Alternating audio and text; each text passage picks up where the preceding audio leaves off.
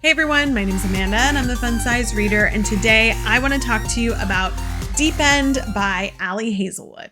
Today's video is also going to be our Fun Size Book Club discussion, but that will be at the end of the video. So I'm going to do all of my pre-review that is spoiler-free, and I will warn you when we get to the discussion because I will be talking about specifics in this book. So I picked Deep End by Hazelwood for February of 2024. I've read almost all of Allie's published books. Not all of them. Almost all of them. I haven't read the YA one, even though I have it up there. It's up there on the shelf. And then I haven't read one other one. I think the one that came before this one. Can't remember what it's called, but I haven't read that one. I have really enjoyed most of her books. So I would say I'm an Hazelwood fan. I think the second one that I read, the second one that she published, again, can't remember which one it was, I didn't love. It was okay. It was good. I liked it.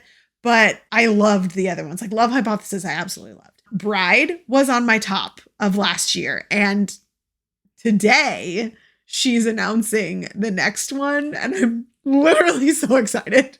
I already saw on Goodreads, it is called Mate. And I did already click want to read. So that is already there.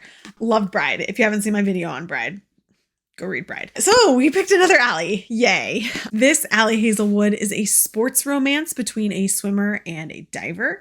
So here is the synopsis. This book is about a girl named Scarlett, and she is a diver at Stanford, and she is having a very difficult time after a traumatic dive in the past year where she had significant injury and therefore some mental health issues that she's been kind of working through and dealing with, in addition to kind of some past history that is affecting her season. And she kind of has never really had a lot of close friends. She's been very focused on her sport. She wants to go to the Olympics, all of these things, and is starting on the season this year, or on the team this year, to make some friends as she's working through her own sport. She comes across a situation where she ends up befriending a girl on the team who clues her in on something about the friend's boyfriend, who is now her ex-boyfriend. They basically kind of get set up because they like certain things, and they kind of have a friends with benefits situation. But obviously we know those never work out.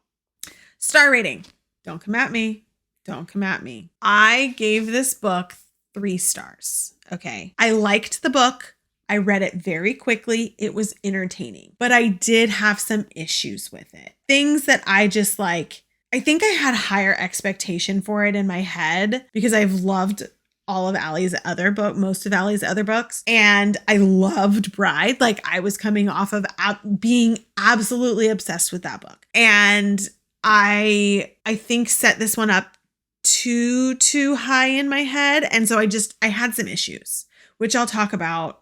I can't decide if I'm going to say I'm in the spoiler section or not because I don't want to spoil things. But this is going to lead into the spice rating. Okay. This is there's no ifs, ands, or buts about this. This is fan fiction of 50 Shades of Grey. We know that most of Allie's books are fan fiction that she has written over the years that she's now publishing. Raylo fan fiction was the first 2, I think. And there's been tons of them. This is 50 Shades. Exactly. To a T, this is 50 Shades. Not to a T, but this is 50 Shades. It very much read like 50 Shades. And because of that, I just I wanted more. We know, if you know me, I love Christian Grey. I love Christian Grey. And I know 50 Shades was originally Twilight fan fiction. So we're not going to go into that. But I wanted it to be different in some way besides just they're in college and they're in sports than the 50 Shades story. I was oh, look, here's Elena. Oh, look, here's, Jack. Oh, look, here's the, it just kind of was 50 Shades. I wish it was a little different, just a little bit different. I did love the characters. Okay. I loved Lukas and I loved Scarlett. I do think that there were some things that tied up a little quickly in the end. I do think that there were some things that like didn't really super make sense to me with the way the plot was. And I did have a struggle with rooting for a relationship that, like, I'm trying to not spoil, was not entirely transparent, is the way I'll say it, trying not to spoil it. So like I said, there were issues with just wanting it to be more than just an exact reiteration of 50 Shades and wanting certain elements that I just like didn't buy into. But I loved the characters and I loved the mental health rep and I loved the sports. Like there were parts about it that I really loved, but then there were parts about it that I was just like, I can't get behind this. In regards to the spice, because it is 50 Shades, the spice rating is a 4. It is high in spice. It is 50 Shades. I'm not going to say the other 4 letters on YouTube, but it is 50 Shades of Grey. But it was a softer version, I felt, of 50 Shades of Grey. I was expecting more from those 4 letters. The first one is a B, if you know what I mean. I was expecting more of that once I figured out that that was like the huge plot point. Once I saw that it was a 50 Shades fanfic, it was not that. It was a lot of the having one person in charge and having one person not in charge dynamic, a little bit more than like the other things that we saw in 50 Shades. But it's still, because of that element, it still was a 4. There still was a lot of spice. The spice was still good, but like it was there. Overall, I liked the book. I wish there was more, but I also loved certain parts of it. It stuck with a 3 for me. Stuck with a 3. Still would recommend it to people. Like if people like Allie, if people like quick reads, if people like sports romances, still would highly recommend. Highly recommend. Just because I gave it a 3 doesn't mean I wouldn't recommend it. I'm very excited about Meat. I'm very excited about Meat. One of the other things that I did want to say about the book itself specifically was it is a little bit of a heftier Allie Hazelwood book, I think. It's like 400 and almost 450 pages almost, which made it very heavy. But then also the edition that I got, which is like the special edition with the watered edges, it has like artwork on the inside cover of both, which is beautiful. Like it matches the cover. It's beautiful. Love it. It made it very hard for me to read the book because I couldn't hold it open because the cover was like so thick and so firm that I just like, it made my hand really tired and I was having trouble reading the physical book. So like if you really want the physical book, go for it. But like if you are like me and your hand gets exhausted when you're holding books, and it was a paperback romance, like I was not expecting that to happen, but it did. So I just kind of wanted to warn people. Okay, I'm going to talk about spoilers now because I feel like I have to explain the things that I hinted at for all of us girlies who have already read it / are here for Fun Size Book Club. So here we go. If you have not read the book, I'm going to talk about spoilers now, right now. Hello, everyone. I hope you liked the book at least as much or more than I did. Okay. I hope there was nobody that didn't like it because I still do love Allie's books. But let's talk about this. Okay. Like I said, I loved the characters. I really liked Scarlett. I really liked Lukas. I liked that he was like a strong, quiet, but very direct and very like knows what he wants, secretly in love with her for a long time. Like I loved all of those things about him. I loved that he was like very into helping Scarlett with her sport and he was a, intense athlete and all of this. They did not spend enough time together in this book. Like that was one of my biggest complaints. I felt like they were constantly apart. Like we had the times that they were together, but there weren't that many. In a romance, especially like because Christian Grey never wanted to let Anna leave his side, like I expected them to be all the time together. And I didn't get that. And so that was one of the big things that stuck out to me that I was just like, I wanted them together more. I wanted more scenes of them interacting and this constant like dodging each other in public. That was one of the things that I truly could not buy into was this, why am I rooting for a romance between two people when one of them is still faking a relationship with someone else who set them up to begin with? And then don't even get me started on her. Penn was Penn her name? Yeah, Penn, Elena. Like, you can't have your cake and eat it too. You can't set him up with somebody else, break up with him, go be with someone else, multiple other people, and then get mad that they're together and make it so that like, they can't even interact with each other in public. I didn't like that. I didn't like that at all. It made it very hard for me to, like I said, root for the relationship when they were keeping it a secret because he was still pretending to be somebody else's boyfriend. I didn't like that part about his character. And I get it that it was like, oh, I owe her for how she helped me. And like, I have a love for her because of how she helped me, but like, you're not in love with her anymore. You're not dating her anymore. She's with someone else. Like, why are you still pretending to be together? Didn't like that. Also, just ended up really not liking Penn. And I almost wanted them to not be friends at the end when Penn was kind of throwing her little hissy fit and like took away her Olympic moment and like all of this stuff. Or her, championship moment, her gold medal moment. And I was like, I kind of just don't want them to be friends. Like, I understand the forgiveness and the like her righting her wrongs and apologizing and all of this stuff, but I almost wanted it to go the other way. And I don't know, maybe that's just like the bitchy side of me, but I almost wanted it to go the other way. Okay, so when we were talking about like the 4 letters, the B and then the other ones, I had a very specific expectation based on like the art on the inside of the book of how I thought this was gonna go, especially with like the progression of her mental health, right?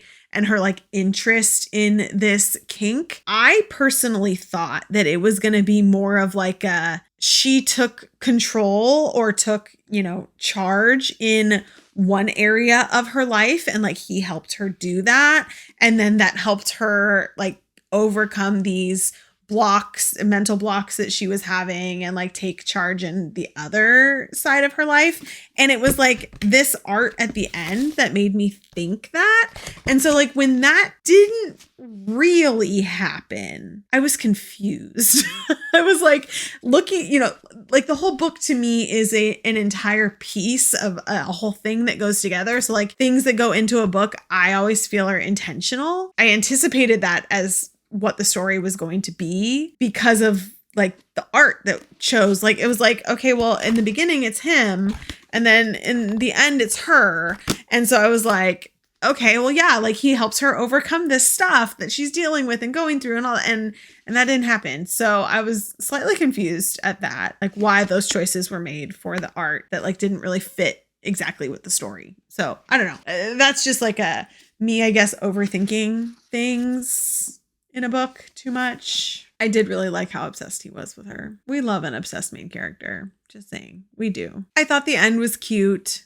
They like ended up going to school together and all of that. Like I did really like the characters in this book. I liked how, I mean, this was straight out of Christian Grey's book, but like oh no, I never sleep over at his house. And then she's like the only one that has slept over at his house. And he's like a big like physical touch cuddler and like, all of that. I always think that that's cute when they do something with the romantic interest that like they don't do with anybody else. I always think that's cute. But again, that's straight out of Christian Grey. I did agree, or like I said before, that the 50 Shades element, the B 3 letters, was not as much as we saw in 50 Shades, like definitely not as much. Like I was expecting when that was the whole premise and like that's what they got together for, that it was going to be like way elevated. Like I was worried that it was going to be like out of my comfort zone of reading because I love 50 Shades. I've loved that book for very many years. So like I've read that before. And I anticipated that it was going to be way more. It was not. And I was just like, okay, well, that was interesting. For it being such a big plot point, I thought that was soft. And I will say this one thing that like, I don't know, maybe I'm just not a collegiate professional diver or whatever. But do people still use the word TiVo? Am I that old? Because like that was one of the things that really tipped me off to it for sure being an older manuscript was like, we don't say TiVo anymore. And that was in the book very many times. I was like, yeah, like in 2008 when 50 Shades came out. Yeah, we were saying TiVo. I was in high school, but yeah, no, not now. And this book came out now. So yeah, I thought that was funny. I had to say that. I was like, did anybody else notice that? Were there other things that anybody noticed that were like, took you back in time? Because I noticed that. But again, I was reading 50 Shades when it came out. So took me back in time. Anyways, I liked it. I enjoyed it. I hope you guys did too. I had issues with it, but like I still read it in a day. I still don't regret reading it. I would still recommend it to people. Did I love it as much as Bride? No. Did I love it as much as Love Hypothesis? No. Oh, I did like that those characters did make an appearance. That's always fun. She definitely wrote those into here. Don't regret it.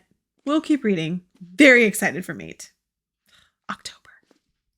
Thanks so much for all of you coming and talking with me today. You all know that I tend to run out of time because I don't remember how long my videos are going to be and it doesn't show the time when we're watching them live.